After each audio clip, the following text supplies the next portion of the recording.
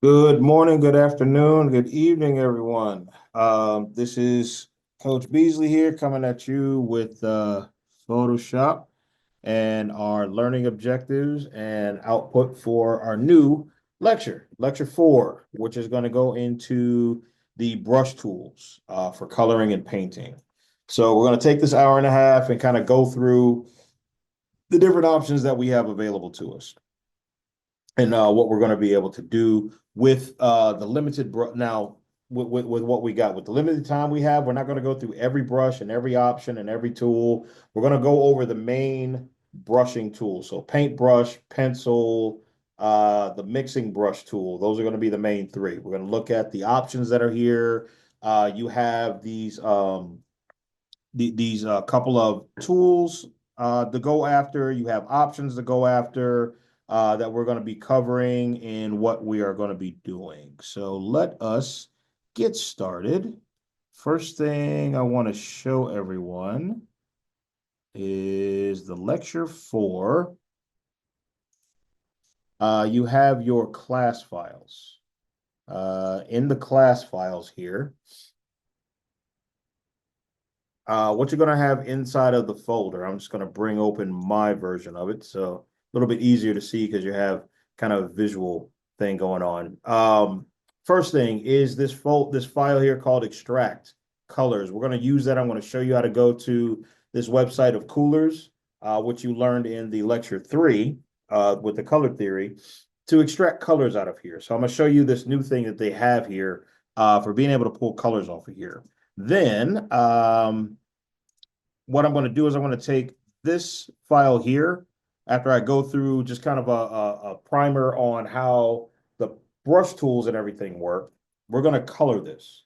So I'm going to color this thing, or at least get started on colorizing it, kind of like a comic book artist would do. The colorist of a comic book company would go through the process of doing. And I'm going to be using this picture here to pull the colors off of. I've already done that.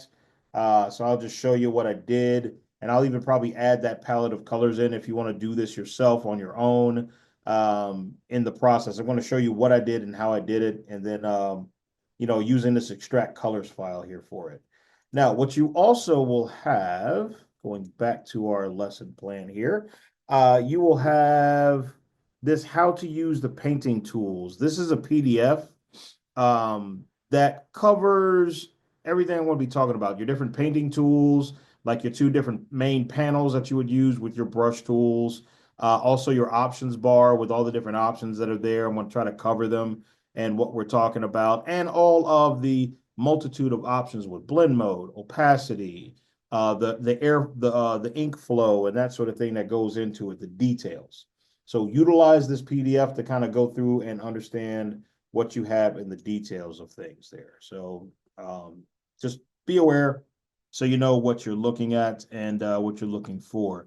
Now, to get started, let me open up our presentation.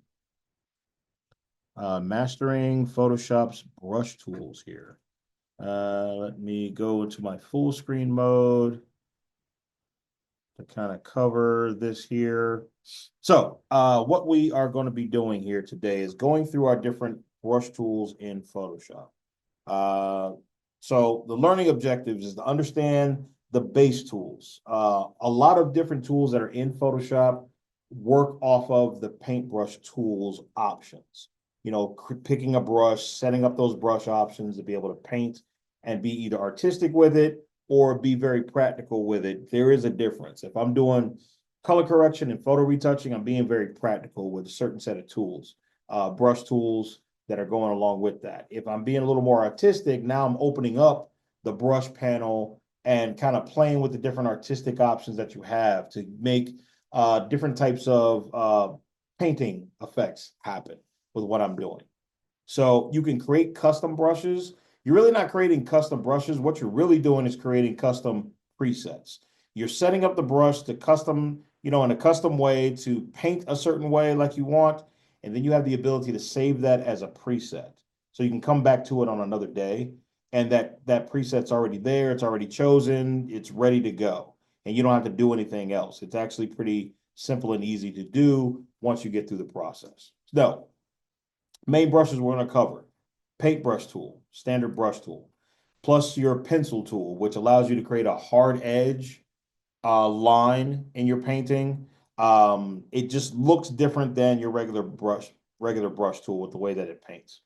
Your mixer brush tool allows you to mix multiple colors together. This is where the artistic part kind of comes in, because you can create some very interesting things, especially on a photo that already exists with color. You can paint over that color and get some real cool things going on. If we got time to, we'll talk about the art history brush. If not, I'll try to maybe make a different video for that. The art history brush is one of these unique tools that allow you to get this stylized effect happening with your painting, but you have to use it in a particular way. It's not, I won't say it's not the most intuitive. It's just depending on how you like to use it. You may like it, you may not like it, but it just depends on how, you're wired and how you think through the process. For me, it's a little goofy, but it works. You just have to start it with a particular way and try to use it. So the first thing we're going to look at with the brush tool are the settings that go along with it. So you have some settings up in the options bar. You have two panels as well that you can go and set some options. And depending on what you set, depends on what you get. Now, we're not going to go through all the settings because I want you to be able to discover on your own some of these. And at the same time, it's just a matter of time. We don't have enough time to go through all of them at one time. Um, Creating customized brushes. Again, like I said, a lot of times you can create these custom brushes on your own and then save them as presets. That's better than trying to make a brush from scratch. That's kind of the idea of creating custom brushes is instead of creating from scratch a brush, you can take the existing brushes, customize them to what you want, use them as a preset. You also have the ability to import brushes from third-party outside sources and bring them into Photoshop to use them here. And that sometimes is much better. So this is just another slide talking about the brush presets. I already talked about that. This is some of the options you have with those brush presets that you can set. Opacity, flow variations, wetness settings to get like a wet paint, effect like a watercolor or see watercolor paints or water-based paint effects and that sort of thing. Combining brush tips together. You got this thing called a dual brush that you can do. You got blend modes that you can set. Opacity you could set. There's a lot of different options, and we're going to go over a bunch of them to try to give you an idea of how you could set everything up to be able to paint like you want to, whether it's an artistic type of thing, or like I said, it's more of a standard thing like color correction or photo retouching that you're painting with. Real world application, photo retouching, color correction is more of the standard output that you would do. And then digital art creation is where you're being very artistic and setting that up. So you got two types of applications with things. The rest of this presentation is just the assessment preview, like you've seen before, with some sample questions there and some discussion topics that you can come up with to kind of talk yourself through some of the outputs of things. Alrighty, that part's done. Let's move forward and go into Photoshop. And I'm going to make a new document here. And my new document, I'm just going to use a standard 12-inch by 12-inch. The resolution really doesn't matter, but 96 or 150 pixel per inch kind of doesn't matter. Whichever way you want to go when you're just doing this experimental phase with things. You can kind of leave everything alone. Just have a large enough space to kind of work on. Now, your paintbrush tool is your brush tool here in your toolbox. It's the letter B on your keyboard for brush to pick from there if you want to go with the keyboard shortcut. Hidden underneath there is your pencil tool, your mixer brush tool, this color replacement tool here. This allows you to take an existing picture that has a color in one spot, and then you want to pick a different color and replace that. So this way, highlight, middle tone, shadow kind of stays, but you're changing the color. We'll look at that to experiment with that too a little bit later on. But let's get to the brush tool. With the brush tool, you will have your options bar where you can pick your different options of your brush. The first set of options, the very first button here next to the house looks like your brush tool. If you hit that drop down there, this is for your presets. Now, I got this current tool only checked on, so you would probably see it like this by default, but current tool only, if you get that checked, you're only seeing the options for your brush presets. So once you make them, you'll be able to see them here. There is a little button here that allows you to make these brush presets.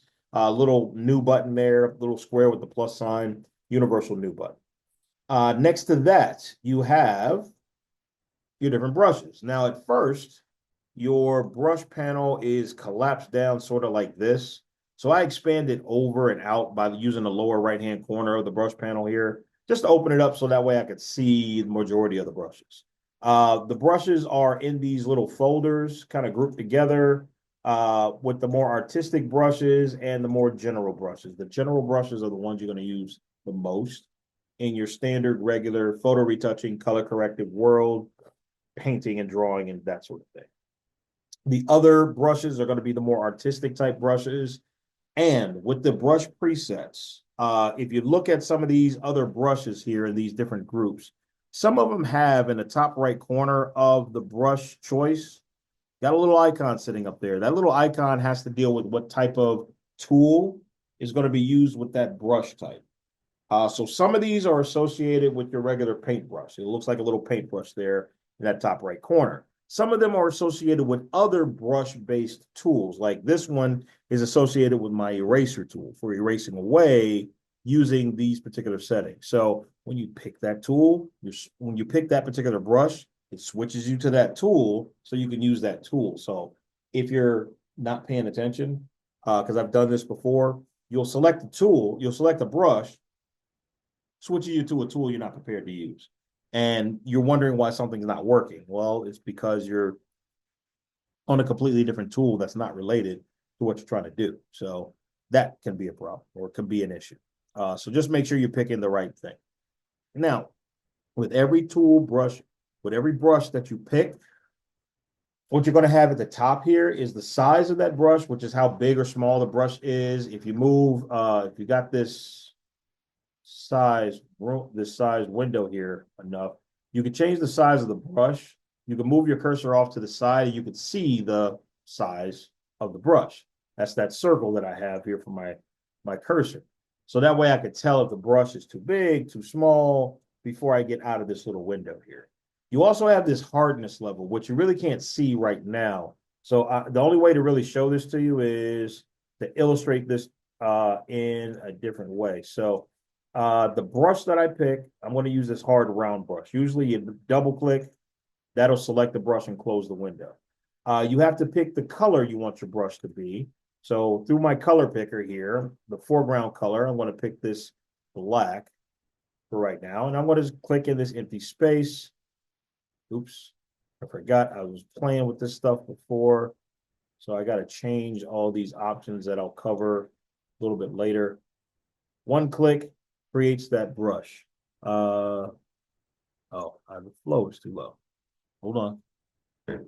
One click creates that brush with that hard edge. So you see that it gives you that circle there. If I change the hardness level to 0 on the brush and click again in a different spot, see what ends up happening? I get this kind of faded where it's solid in the center and it fades out towards the edges. So this is good when you want to paint and blend colors together with the painting, or if you're doing color correction or photo retouching, blending that corrective effect in with everything else in the picture. You want to turn the hardness level of the brush down. So all the brushes will give you those particular options of that hard edge versus that soft edge painting with the hardness level. So you can use that to your advantage as you need to. Now, next button over here in the options bar is this button that looks like a folder with a brush on it. It opens up your brush settings. So you have a brushes tab and you have brush settings. So brushes is the same brush panel that I was just looking at. It's the exact duplicate of it. It's just outside of the brush options there in the options bar and just over here to the side. Brush settings gives you different settings based on the brush that you've chosen. You will have some of those same size and hardness options there, but you'll also have the spacing option that you can go with. And I want to show you something here with the spacing on how it works. Traditionally, the spacing number is about 25%. That's what it's set to. You have a preview underneath these settings that'll show you what the brush looks like when you decide you want to try to use it. I'm using this hard round brush because I want to turn the spacing up and show you what you're actually doing when you're painting. So what you're doing is you're taking the shape of the brush and you're repeating it multiple times based on the spacing here. And the higher you go with the number, the further apart each shape is going to be. So the opposite, the lower the number, the closer those shapes are together. So what I like to do, 25% is still not close enough. So I usually turn it down to around 10% or less sometimes, depending on the type of brush that I pick, will give me a smoother kind of painted line. So I like doing that when it comes to my brush. One of the customizations that I try to do. There are other customization options. There's shape dynamics, there's scattering, texture, a dual brush option where I can add more than one brush to the same shape, where I can add like two or more brushes together. So I can pick one brush tip type and then have another one that I can pick along with that to give me a different looking brush. Why you want to do that? Completely up to you. It's a creative thing. But you have all of these different options that you could pick from. Some of them are controlled by um, what is called a jitter. A jitter is basically randomizing the effect, whatever that effect may be. And a lot of times the randomization doesn't happen if the control option that goes right after it is turned off. So when you turn it on, you have a fade option, which will work with your mouse, that whatever that jitter effect is going to be, it fades out after a certain number of steps. And I don't say pixels because it's not pixels. It's based on the shape and how many shapes get laid down at one time. So remember that spacing? If I turn that spacing up, not as many shapes get used. If I turn it down, more shapes are used at one time in one stroke. So when it gets to this number of shapes, it fades out. That's how that fade works. Now the other ones are working off of that Wacom tablet. So if you got one of those, like the Intuos or the Move Ink or any one of those other types that have pen pressure and tilt and that sort of thing, you can have that be the basis of the control for the jitter effect. So jitter just means randomness, just a variable that happens based on a particular control that you put on. If the control is off, it's not really going to do much with the jitter effect, whatever it may be. If it's on, then you have to control it with the mouse using the fade, or with one of those pen tablets, you can use the pen's tilt or pressure or any of those other things to kind of create it. And it allows you to create a very random effect with your painting, especially the artistic side of things, to get more of a artistic flair with things. For lack of a better way of calling it. You have other options that you could turn on and off based on how you want the brush to run. And it's a bunch of different options. I can't tell you what works best in any given situation because it's just a matter of how you want to paint. That's really what it comes down to. What shape are you painting? How do you want to paint it? How do you want it to look when you're painting that shape? That's really what it comes into more than anything else. So you have those options in the brush settings. Now, more practical options, and I call them practical options because these you can actually work with and it will make sense. And it doesn't require you to have that artistic flair to you. It doesn't require you to be very creative with it. It actually works on a more practical sense with things. So in your options bar is where these particular options are. The first one is your color mode, um, color blend mode. If you go to YouTube, and I want to show you where this is. If you go to good old YouTube and you type in the Photoshop training channel, colon blend mode. Photoshop training channel, blend mode. If you type that into the search, it will find specifically the blend mode, the blending mode tutorial. You got two of them. One is an 8-minute crash course, and the other one's like a 40-minute detailed information. Take the time and look at either one of them, but really the 40-minute one will give you a lot more details on how blend modes work. Blending modes exist in all of Photoshop, Illustrator, InDesign, and some of the other Adobe and non-Adobe programs. They blend colors together. So it allows you to take a color that you already have sitting there on your canvas, plus another color that you're going to introduce by painting on top of it. So for instance, I can take this red here, and if my blend mode is set to normal and the opacity is set to 100%, when I paint, I'm going to paint this red sitting there. All right. Simple, easy, done. Now, if I go and pick a different color,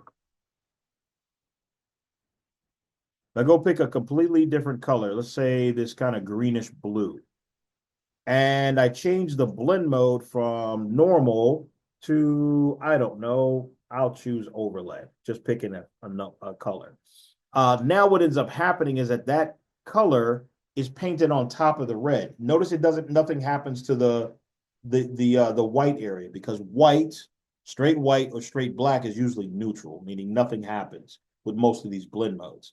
But if I paint over what's already there, it's blending with the color that's already there. And it does it over and over again. The more times that I paint on top of the same area, it just paints again and again and again, and you get different extremes. And see, it goes from one extreme to another. So it goes from making everything darker to all of a sudden now it's starting to make things lighter using that same color over and over again. So you get different blending effects based on this blend mode here. So depending on what you pick, depends on what happens. So there's no magic 8-ball to this. This is just you picking a blend mode, and depending on the blend mode you pick, depends on what happens as you paint.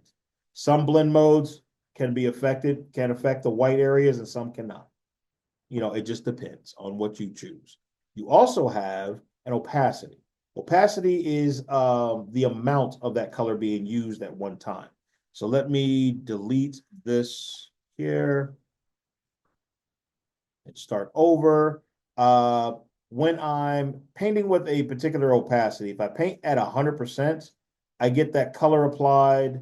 Well, there's that blend mode is added to it. Hold on, let me undo that.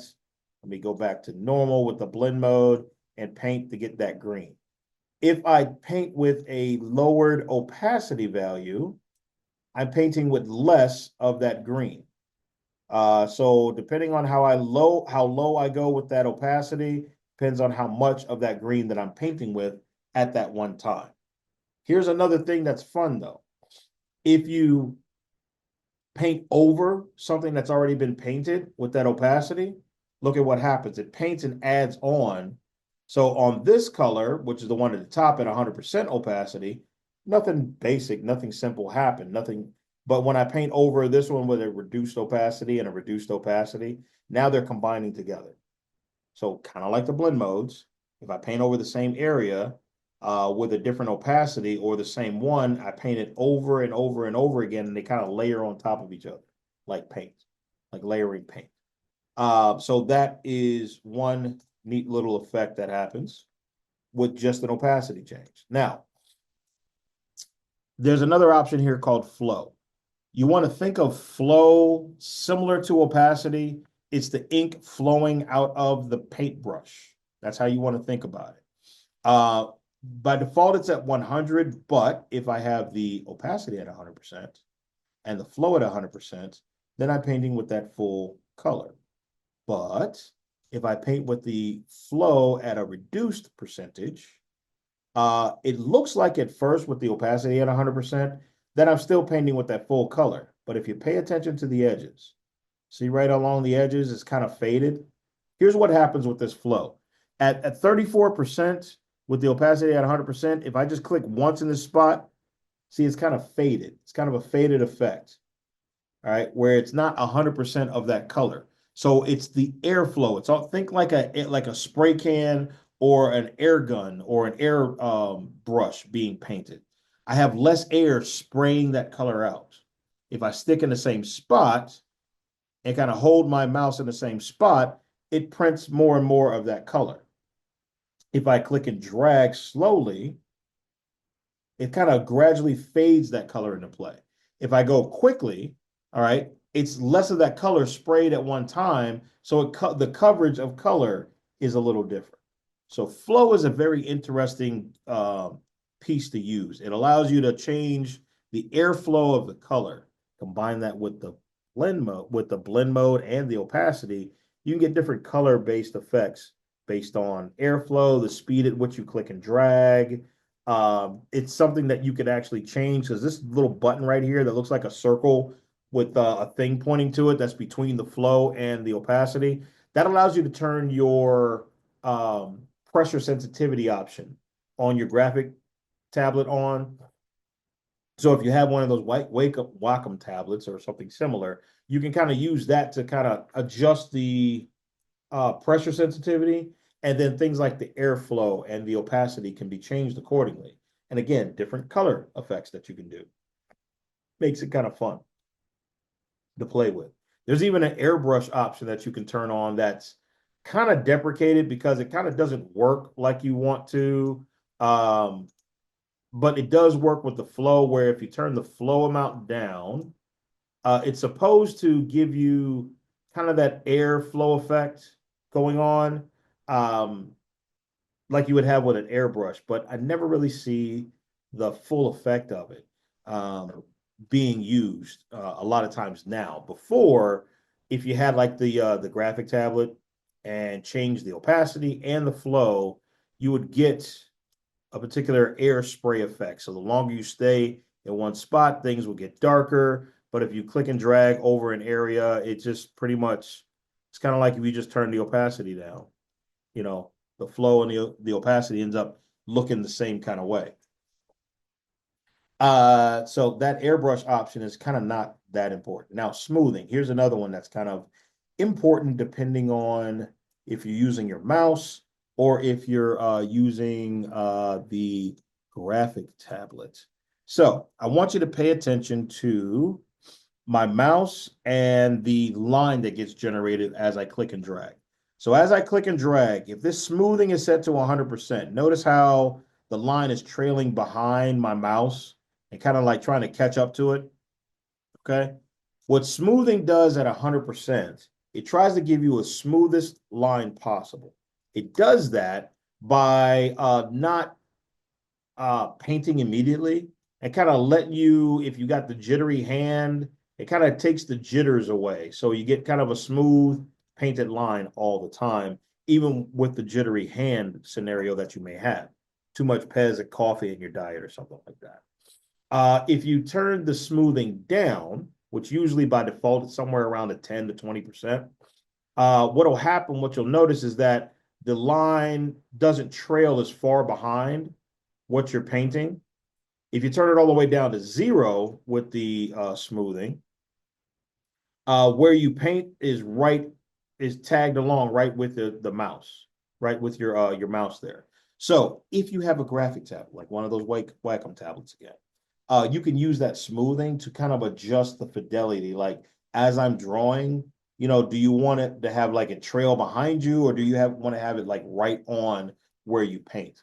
Depending on how you work, one works better than another, and it's a matter of you adjusting that based on that tablet, that you have. With your mouse, it's for jittery hands. If you have jittery hands or your hand is not as steady as you want it to be that day or at all, then you can adjust the smoothing accordingly. For me, I usually put the smoothing at around the 10% range. That kind of works for me. For my painting needs, that works. Yours may vary and be different.